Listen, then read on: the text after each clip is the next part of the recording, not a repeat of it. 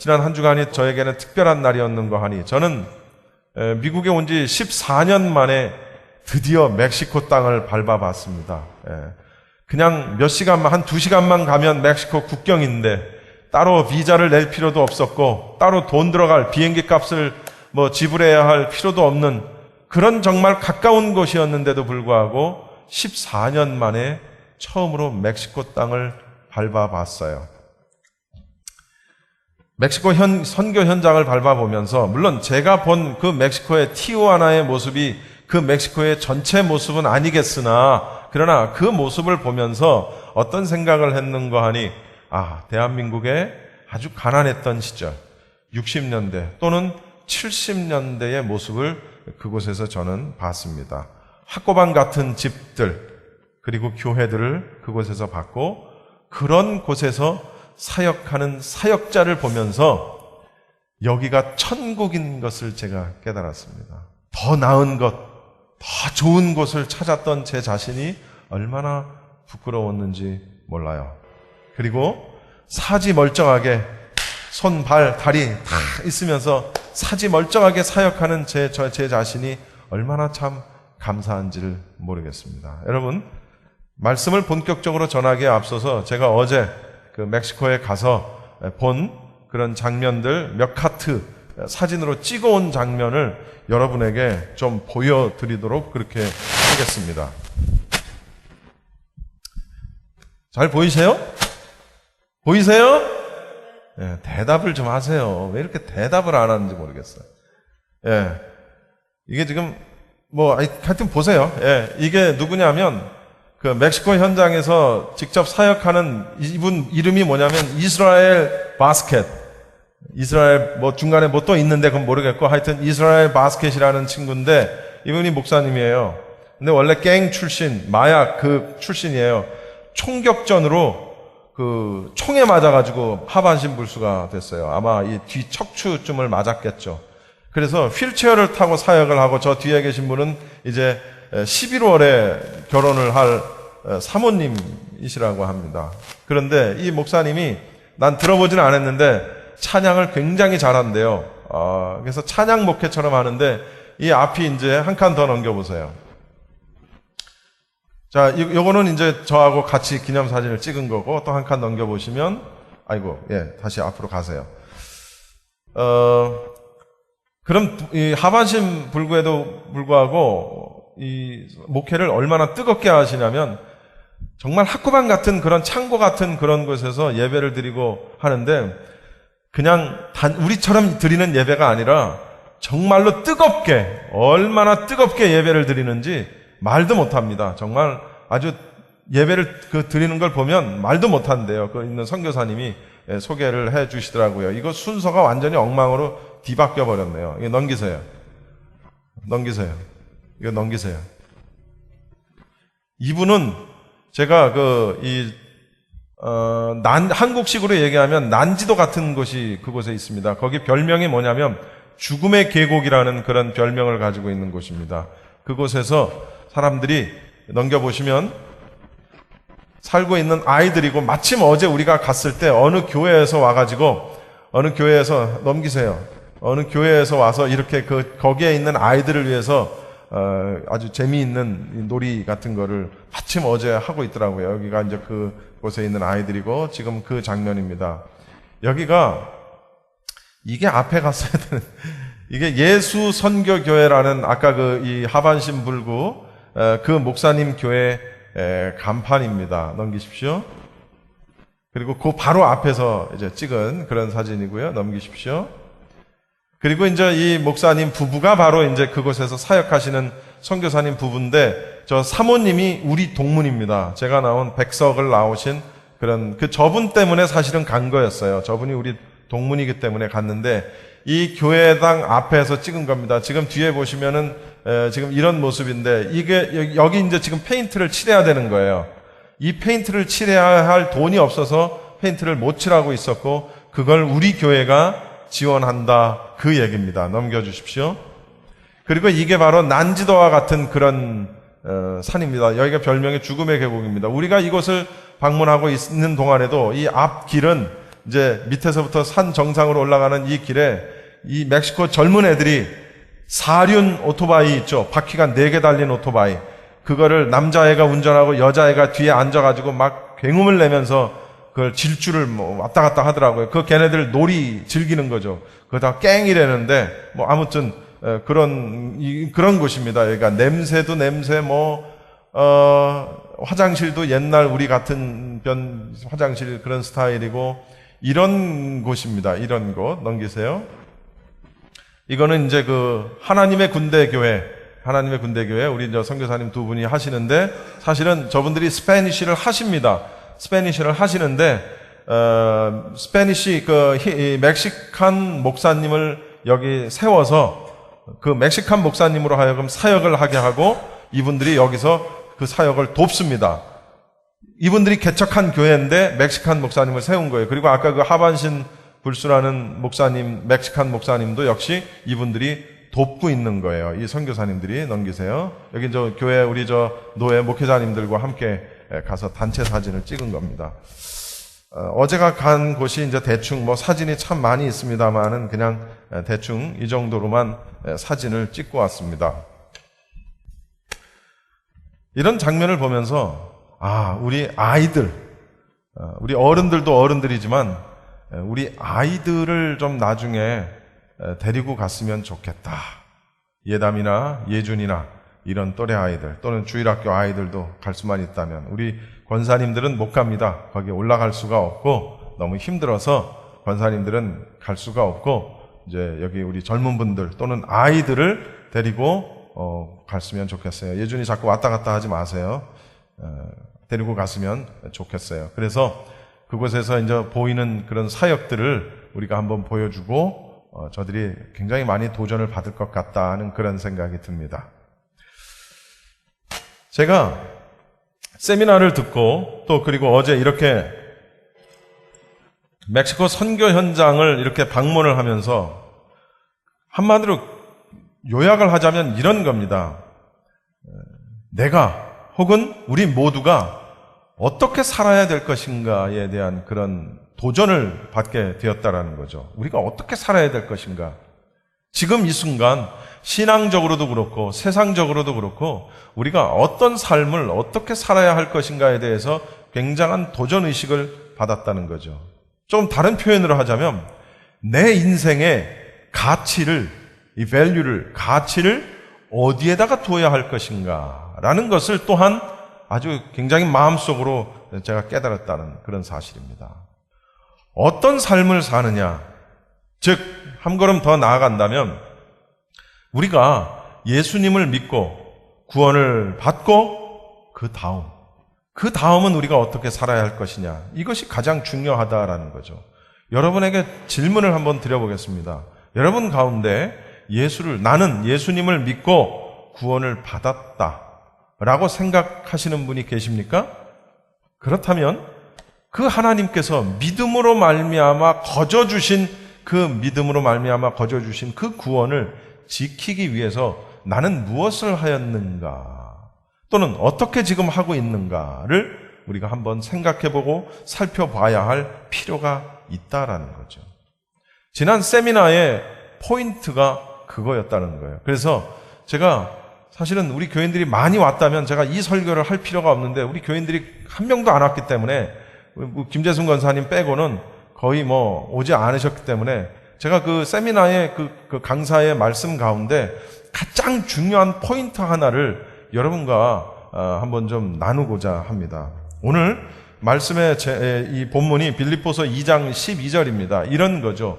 사도 바울이 말씀하시는 겁니다. 두렵고 떨림으로 내 구원을 이루라. 두렵고 떨림으로 내 구원을 이루라. 그러면서 저는 여러분에게 요한계시록에 나오는 7개의 교회를 소개를 해드리도록 그렇게 하겠습니다. 요한계시록 1장부터 3장까지 본문을 보면 사실은 이 설교를 옛날에 제가 한번 했던 적이 있습니다. 그런데 아마 기억이 안 나시겠죠? 요한계시록 1장부터 3장까지에는 7개의 교회가 나옵니다. 7개의 교회가 나오고 그 7개의 교회에 대해서 예수님이 책망하시거나 혹은 칭찬하시는 그런 내용이 나온다는 거죠. 그 말씀으로부터 요한계시록은 시작이 되고 그 말씀이 끝난 이후로부터 이제 본격적으로 예언의 말씀이 시작이 되는데 우리는 그 예언의 말씀을 살펴보기에 앞서서 요한계시록 7개 교회에게 어떻게 말씀하시는지 무엇을 책망하시고 무엇을 잘했다라고 칭찬을 하시는지를 우리가 먼저 살펴봐야 할 필요가 있다라는 겁니다. 그에 앞서서 요한계시록 1장 3절 말씀을 한번 여러분과 함께 읽어보겠습니다. 함께 읽겠습니다. 시작. 이 예언의 말씀을 읽는 자와 듣는 자와 그 가운데 기록한 것을 지키는 자는 복이 있나니 때가 가까움이라. 여러분, 말씀을 읽는 자, 말씀을 듣는 자, 그 다음 뭐예요? 말씀을 지키는 자는 뭐가 있다고요? 복이 있다. 왜 복이 있다고 말하죠? 때가 가까웠기 때문에 복이 있대요. 요한계시록의 주제는 재림에 대한 소망입니다. 재림. 종말론에 대한 기사가 기록되어 있는 것이 요한계시록이라는 것은 여러분이 다 잘 아시겠습니다만은 요한계시록은 심판에 대한 기록이라기보다는 물론 심판에 대한 내용이 나와요. 그러나 우리에게 주시는 메시지는 심판보다는 재림에 대한 소망이 우리에게 주시는 메시지다라는 사실이죠. 그러면서 재림에 대한 소망을 갖기 위해서 우리가 어떻게 해야 될 것인가?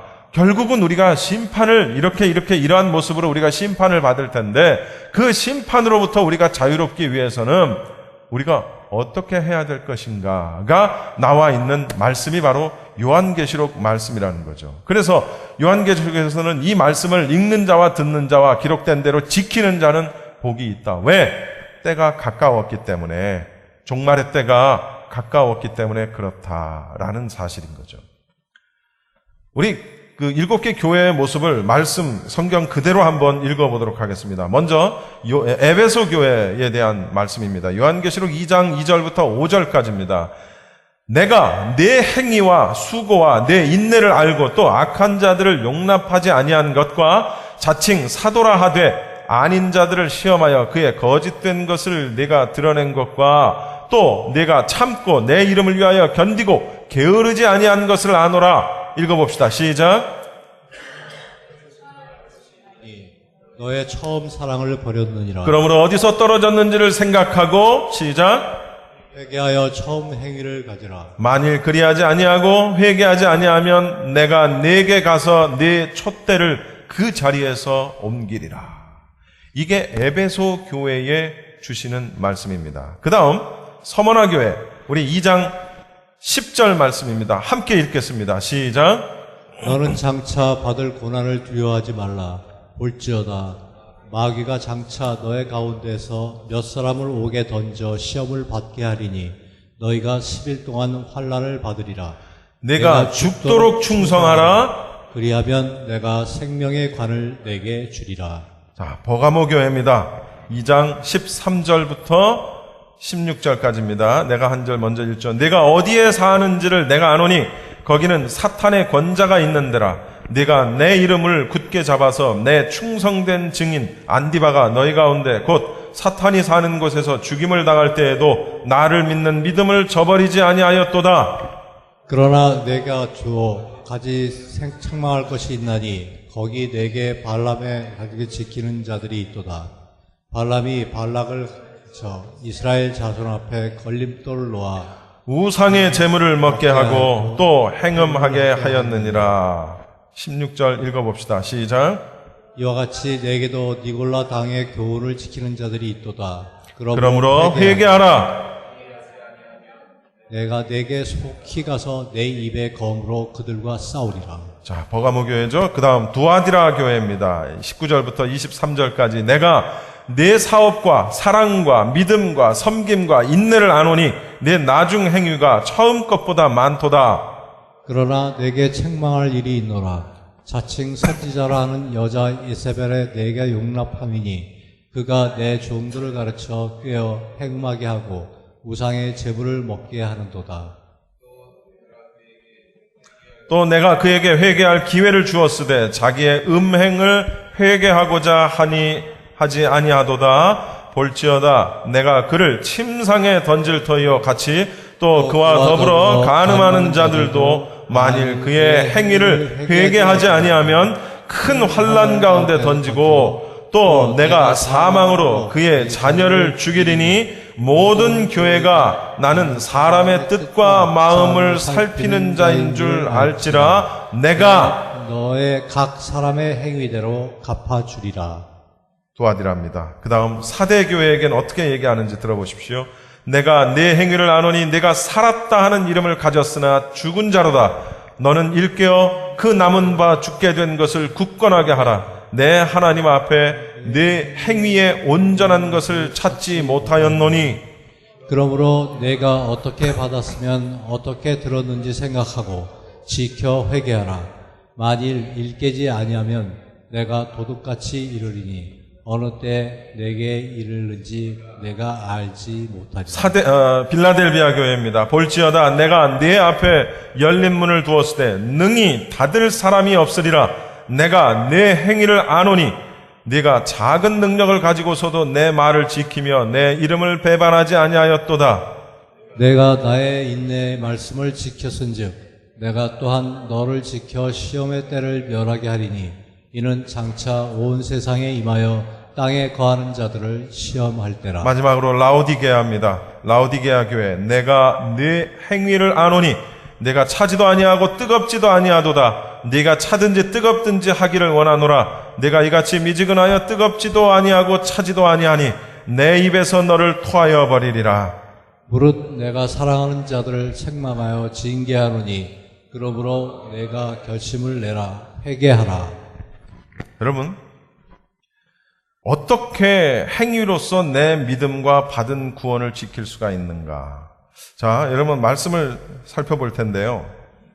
지금 읽은 말씀을 살펴보겠습니다. 여러분, 이게 두렵고 떨림으로 내 구원을 이루라, 내 구원을 지키라 라는 말씀과 연결이 된다라는 그런 사실입니다.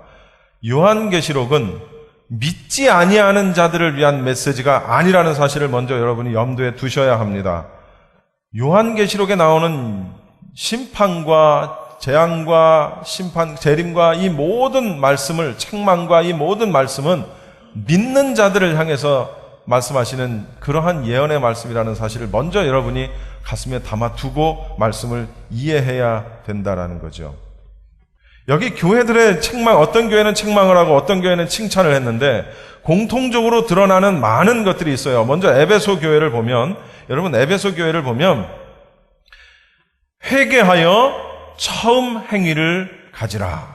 회개하여 처음 행위를 가지라. 왜? 4절에 너의 처음 사랑을 어땠다고요? 너의 처음 사랑을 버렸다. 에베소 교회를 향하여 말하는 거예요. 처음에는 네가 한 행위, 네가 한 수고, 네가 한 인내 이런 것들을 다 내가 안다. 네가 악한 자들을 용납하지 않고 자칭 사도라 말하면서 아닌 자들을 시험하여 거짓된 것을 내가 드러낸 것, 에베소 교회가 참 잘했어요. 내가 참고 내 이름을 위하여 견디고 게으르지 아니한 거 이걸 다 안다 라고 말을 합니다. 그런데 끝에 가서는 뭐예요? 그렇게 했던 에베소 교회가 어디서부턴가 떨어졌다는 거예요. 그렇게 하지 않는다는 거예요. 그래서 5절 말씀에 회개하여 너의 무엇을 가지라? 너의 처음 행위를 가지라. 만일 그렇게 하지 아니하고 회개하지 아니하면 어떻게 한다고 그래요? 어떻게 한다고 그래요? 내가 내게 가서 내 촛대를 그 자리에서 옮기리라. 여기서 촛대는 교회를 얘기하는 거죠. 우리가 잘 알죠. 에베소 교회는 처음엔 잘했는데 그 처음 사랑, 처음 행위가 나중에 식어진 것을 책망합니다. 그러면서 에베소 교회를 향해서 무엇을 요구하냐면 회개하라. 회개하라. 그리고 네가 처음에 했던 그 행위를 다시 가지라. 회복하라.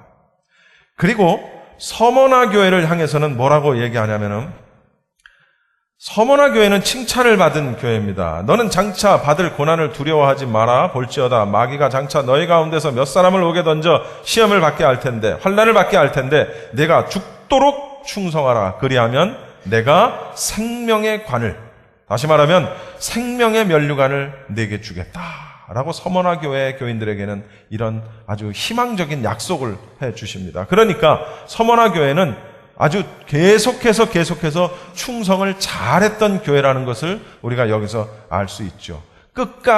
네가 끝까지 죽도록 충성을 계속하라. 그리하면 내가 생명의 면류관을 내게 주겠다. 여기서도 지금 어떤 행위를 강조하고 있어요. 내가 죽도록 충성하라. 뭔가를 하라. 계속해서 죽도록. 이제 그 말씀 하나하나를 여러분들이 이제 풀이를 해드릴 텐데요. 그 다음 버가모 교회를 향해서도 역시 책망하는 말씀을 하시면서 16절에 뭐라고 말씀을 하시냐면 회개하라. 회개할 것을 강조하십니다. 발람의 교훈을 지키는 자들, 어떤 거냐면 이스라엘 자손들 앞에 걸림돌을 놔서 그들로 하여금 우상의 제물을 먹게 하고 행음하게 하고 하는 이런 것들을 지적을 하시고 책망을 하시면서 회개하라 라고 지금 야단을 치시는 거예요. 두아디라 교회도 역시 행위를 회개하라. 네가 잘못했다. 책망할 것이 있는데 이세벨, 우상의 아주 우두머리라고 할 수 있는 여자 이세벨을 용납했고 그 하나님의 그 종들을 깨어내서 행음하게 하고 우상의 재물을 먹게 했다라는 거예요. 그러니까 네가 그렇게 한 행위를 회개하라. 회개하지 않으면 너희 각 사람의 행위대로 갚아줄 것이다 라고 강조합니다. 사대교회를 향해서는 2절에 보시면 내 행위에 온전한 것을 찾지 못했다. 잘 못했다는 거죠. 뭐라고 말씀하시냐면 1절에 내가 내 행위 어떻게 행동하는지를 내가 아는데 너는 이름은 가졌는데 죽은 자라.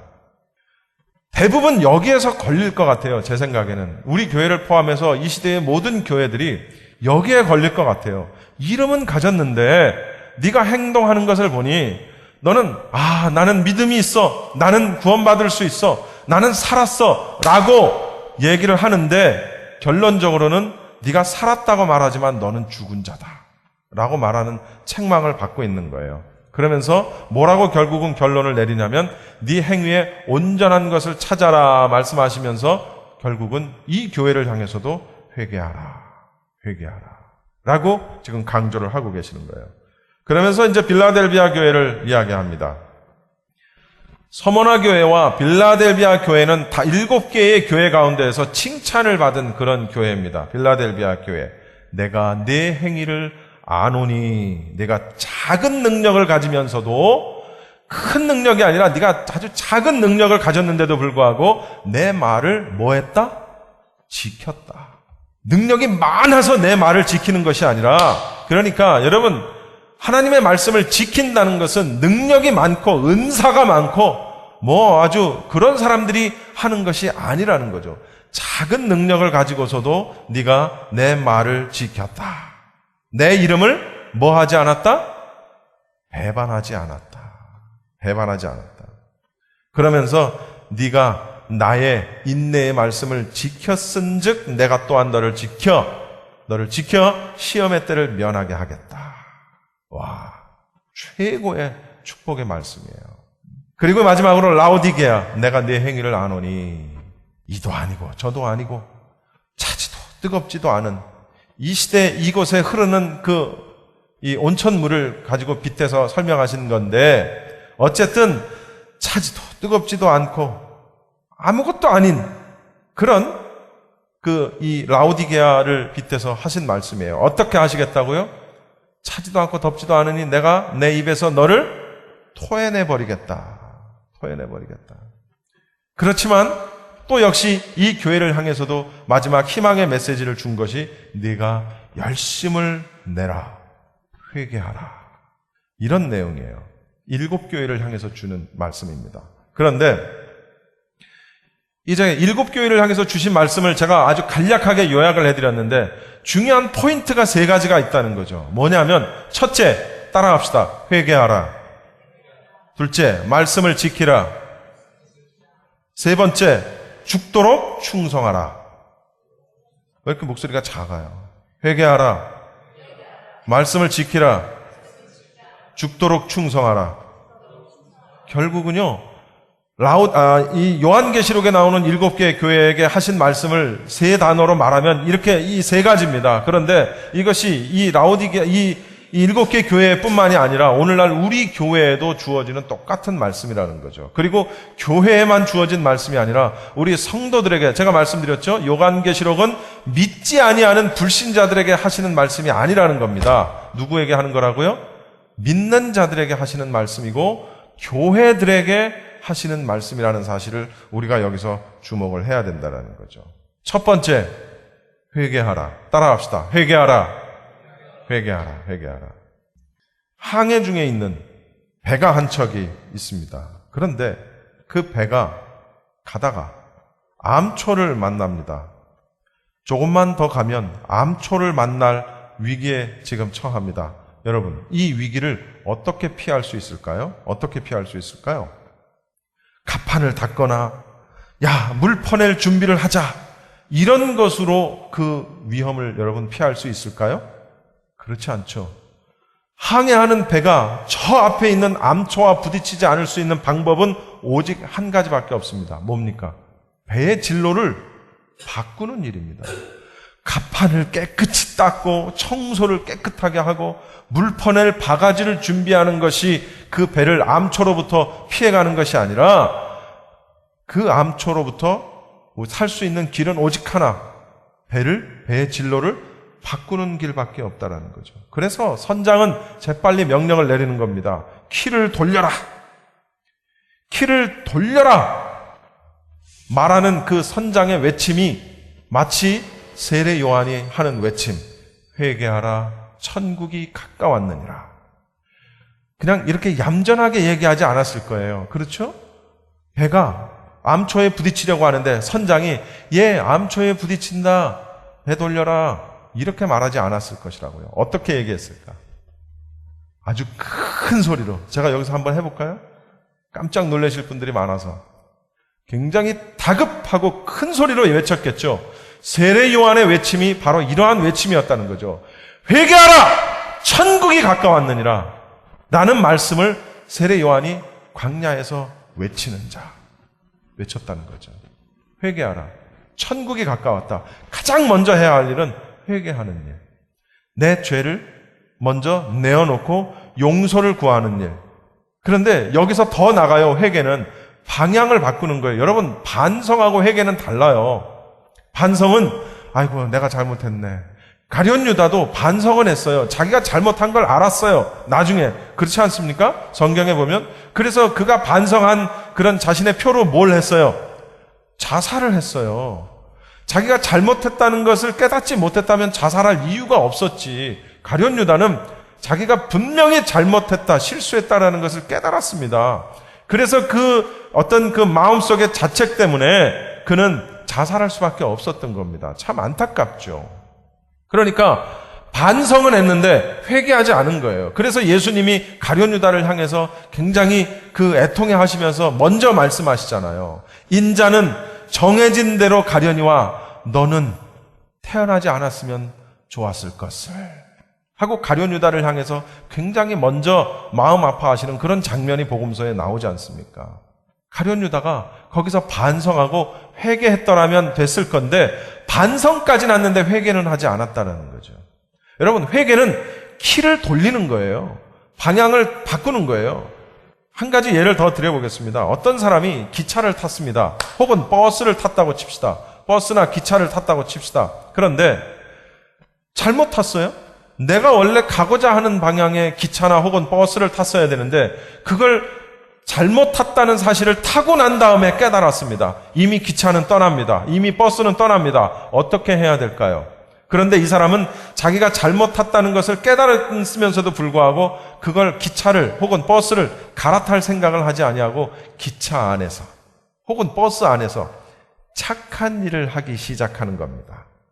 갑자기 이 사람이 기차 안을 청소하기 시작합니다. 휴지를 줍고 그냥 물걸레질을 하고 노약자, 노인, 임산부, 약한 사람이 있으면 그 사람들을 도와줍니다. 배고픈 거지가 있으면 그곳에서 음식을 나눠주고 불쌍한 사람들을 도와줍니다. 온갖 선행을 다 베풉니다. 의미가 있을까요? 없을까요? 그것을 본 기차 안에 있는 많은 승객들은 말합니다. 야, 저 사람은 참 좋은 사람이구나. 저 사람은 정말 법 없이도 살 사람이구나. 저 사람은 정말 착한 사람이구나 하면서 그 기차 안에서 선행을 베푼 그 사람이 그 사람을 향해서 많이 칭찬을 한다는 거죠. 그런데 여러분, 그 사람이 가려고 했던 목적지는 지금 가는 기차를 타면 안 되는 거였어요. 자기가 목적한 목적지로 가기 위해서는 이 사람은 즉시 내려서 기차를 바꿔 탔어야만 된다는 거죠. 그 기차 안에서 온갖 좋은 일, 착한 일, 사람들의 칭찬을 받는 일을 베풀 것이 아니라 자기가 가고자 하는 방향으로 가기 위해서는 내려서 다른 기차나 혹은 버스를 타고 갔어야 된다는 거죠. 여러분, 회개가 바로 이런 것이라는 거예요. 회개는 유턴입니다. 유턴. 내가 가던 길에서 방향을 턴하는 거예요. 회개는. 반성은 그저 자책일 뿐 회개하고는 달라요. 그러니까 가던 길을 바꿔서 아하, 이 길이 아니네 하고 다른 길로 턴하는 것이 회개라는 거죠. 그래서 성경에서 이 요한계시록에 나오는 교회들을 향해서 네 처음 행위를 잃어버렸다. 너는 네가 처음엔 잘했던 걸 내가 아는데 네 처음 행위를 잃어버렸다. 그래서 뭐라고 말씀하시냐면 에베소 교회를 향해서 회개하고 그 다음에 너의 처음 행위를 회복하라. 말씀대로 살았던, 말씀을 지키면서 살았던 처음 행위를 회복하라 라고 예수님이 말씀하시는 거예요. 회개하고 너의 처음 행위를 다시 되찾으라. 말씀대로 지켜 행했던 처음 행위를 내가 되찾아라. 그러면서 무엇을 말씀하시냐면 처음 행위. 이걸 우리가 굉장히 많은 그런 처음, 할 때 가장 많이 비유로 드는 게 뭐냐면 첫사랑을 회복하라. 이 얘기를 참 많이 합니다. 여러분, 처음 뭔가를 했을 때는 마음가짐이 달라요. 그렇죠? 남자고 여자고 처음 사랑했을 때 그 마음은 그 이후로는 다시는 오지 않습니다. 그렇죠? 물론 첫사랑에 실패하고 두 번째 사랑, 세 번째 사랑을 할 수 있지만 두 번째 사랑 이후로부터 내 마음속에 있는 그 사랑은 처음에 했던 사랑의 그 마음을 똑같이 되찾기란 쉽지가 않아요. 첫사랑을 회복하는 것, 처음 마음을 회복하는 게 굉장히 중요해요. 아주 아련했던 그 마음, 모든 세상이 아름답게 보이고 첫사랑할 때, 그렇죠? 처음 행위, 예수를 믿고 처음 했던 그런 행위를 다시 회복하는 것, 말씀대로 지켜 행했던 그것을 회복하는 것, 이게 중요하다는 거죠. 회개하고 그 다음 말씀을 지켜 행했던 첫사랑을, 첫 행위를 회복하는 것. 그래서 에스겔서 33장 19절에 보면 이런 말씀이 나옵니다. 읽어봅시다. 시작.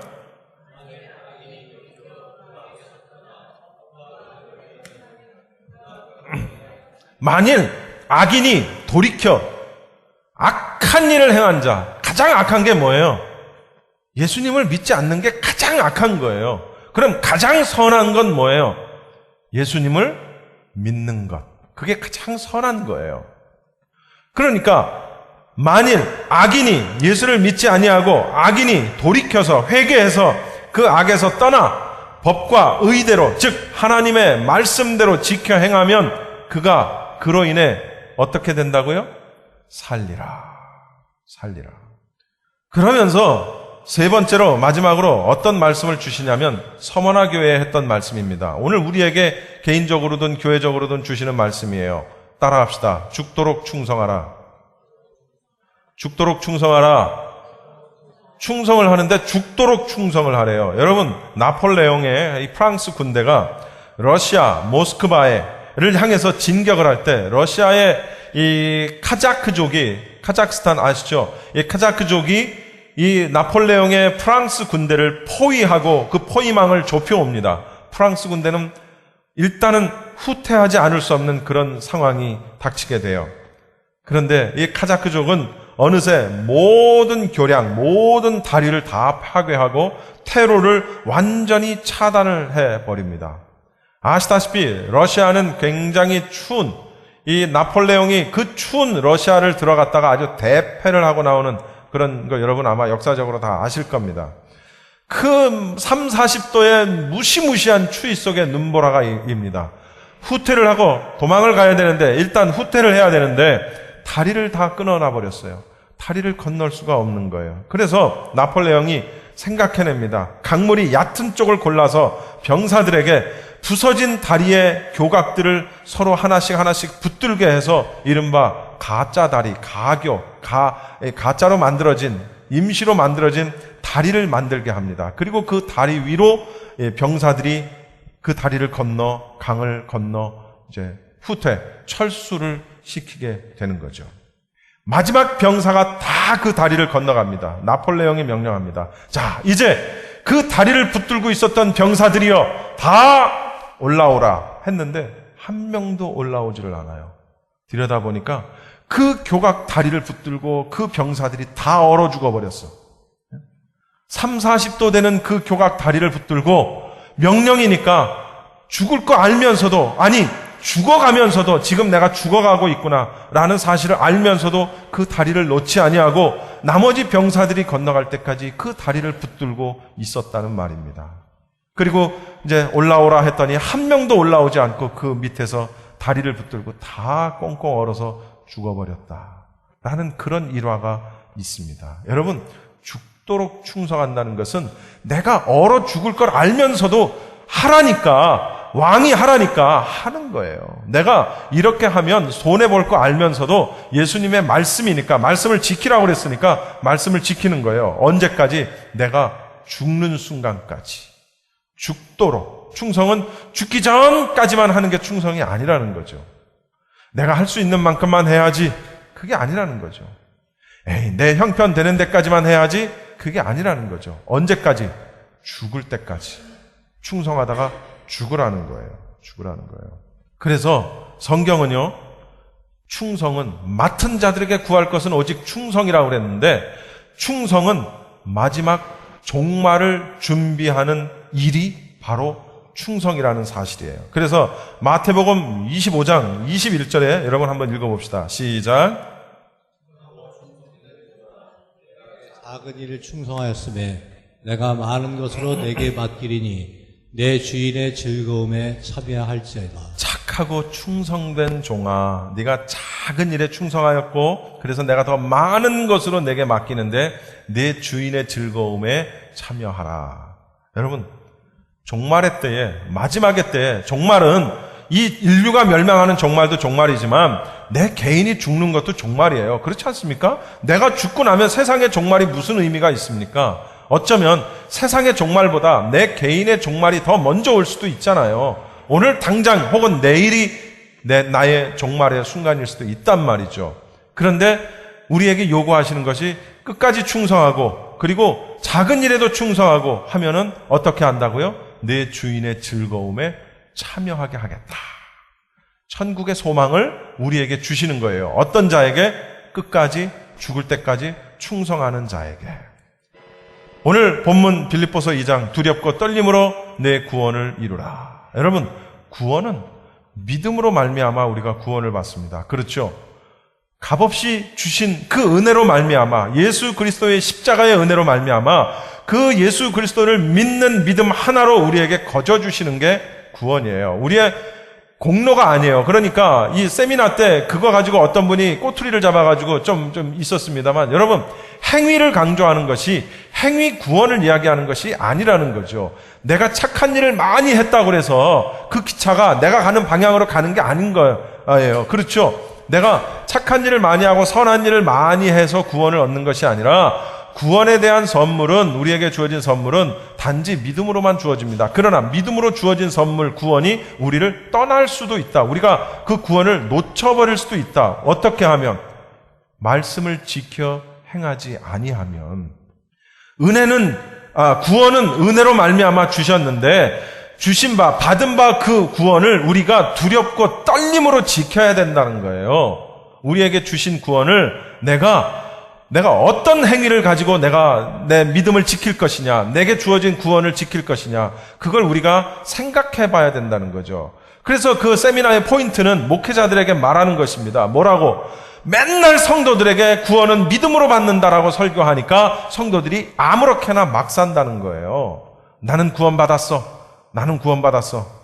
구원의 확신이 있어. 근데 사실 저도 그랬거든. 여러분, 구원의 확신이 있습니까? 오늘 밤 죽으면 내가 천국 갈 구원의 확신이 있습니까? 라고 저도 그렇게 설교를 했습니다. 그런데 거기까지밖에 가르치지 않는다는 거예요. 뭐냐면 그렇게 받은 구원을 내가 말씀을 지켜 행함으로 말미암아 내게 주어진 구원을 지켜야 되는데 그렇게 하지 않으면 떠난다라는 거죠. 떠난다. 그래서 계시록 3장 4절에 보면 사대교회, 사대의 그 옷을 더럽히지 아니한 자 몇 명이 내게 있어. 사대교회도 이 책망을 받았는데 그럼에도 불구하고 사대교회 안에는 그 옷을 더럽히지 아니하는 자, 성경에서 옷은 행위를 나타낸다는 말이죠. 그 옷을 더럽히지 아니한 자 몇 명이 내게 있다. 그 사람들은 흰 옷을 입고 나와 함께 다니리니 그들은 합당한 자다. 즉 옷을 더럽히지 아니했다. 마땅한 행위를 가졌다. 이 사람들은 합당하기 때문에 나와 함께 가겠다. 지금 예수님이 말씀하시는 거예요. 그런데 5절에 보면은 이기는 자는 이와 같이 흰 옷을 입을 것이고 내가 그 이름을 생명책에서 결코 지우지 아니하고 그 이름을 내 아버지 앞과 그의 천사들 앞에서 시인하겠다. 여러분, 다시 말합니다. 옷은 행위를 얘기합니다. 다시 말하면 믿음으로 말미암아 거저 주어진 구원의 은혜가 내가 그 믿음을 그 행위를 통해 지키지 아니하면 소멸될 수 있다. 내 생명책에서 지워질 수 있다라는 얘기예요. 지워질 수 있다. 그래서 복음서에 보면 주여 주여 하는 자마다 다 천국에 오는 것이 아니다. 어떤 사람은 무슨 말씀입니까? 내가 주의 이름으로 이것도 했고 주의 이름으로 이것도 했고. 그런데 예수님이 말씀하시잖아요. 뭐라 그래요? 내가 너를 도무지 알지 못한다. 나는 지금 주의 이름으로 했는데 주님의 이름으로 했는데 주님은 난 너 몰라 라고 말씀하신다는 거예요. 그러니까 이게 무슨 얘기냐면 나는 믿음이 있어. 나는 구원을 받았어. 나는 예수님을 영접했고 나는 구원을 받았어 하고 지 마음대로 사는 거예요. 즉 말씀대로 살지 않고 자기 멋대로 자기 기준대로 산다라는 거죠. 그런 사람이 있다니까는요. 성경엔 분명히 이렇게 저렇게 기록되어 있는데 에이 그럴 리가 없어. 하나님이 어떻게 그런 분이야 그러면서 자기 생각대로 예수님을 믿더라는 얘기예요. 그런 사람이 내 주위에도 있어요. 참 안타깝고 답답할 노릇이죠. 그런 사람들은 나는 분명히 예수를 믿었다고 하늘에 올라가서 고백을 하겠지만 그런 사람들을 향해 예수님은 말씀하시는 거죠. 나 너 몰라. 나 너 몰라. 불법을 행하는 자들아. 나 너 몰라. 라고 말씀하신다는 거죠. 이번 세미나가 그런 내용이었어요. 무슨 베리칩 얘기, 백보자 심판, 이런저런 얘기 참 많았지만 저로서는 굉장히 도전이었고 우리 성도들이 들었으면 좋았을 걸 하는 내용이 이 내용이었다고요. 두렵고 떨림으로 구원을 이루라. 지키라. 무엇으로? 행동으로, 성품으로. 다시 말하면 내 삶으로 내가 구원받았다고 해놓고서도 내 삶이 전혀 변화되지 않았으면 난 너 모른다 하실 수 있다라는 사실입니다. 아시겠습니까? 여러분, 저를 포함해서 이건 제가 저를 향해서도 하는 설교입니다. 저와 여러분 모두가 함께 다 믿음이 있다라고 말합니다. 그러나 내가 정말 말씀대로, 믿음대로, 말씀대로 사느냐? 내가 정말 내 받은 구원을 내가 지킬 수 있느냐? 라는 사실을 한번 고민해 봐야 되고요. 심각하게 나에게 질문을 해봐야 된다는 거죠.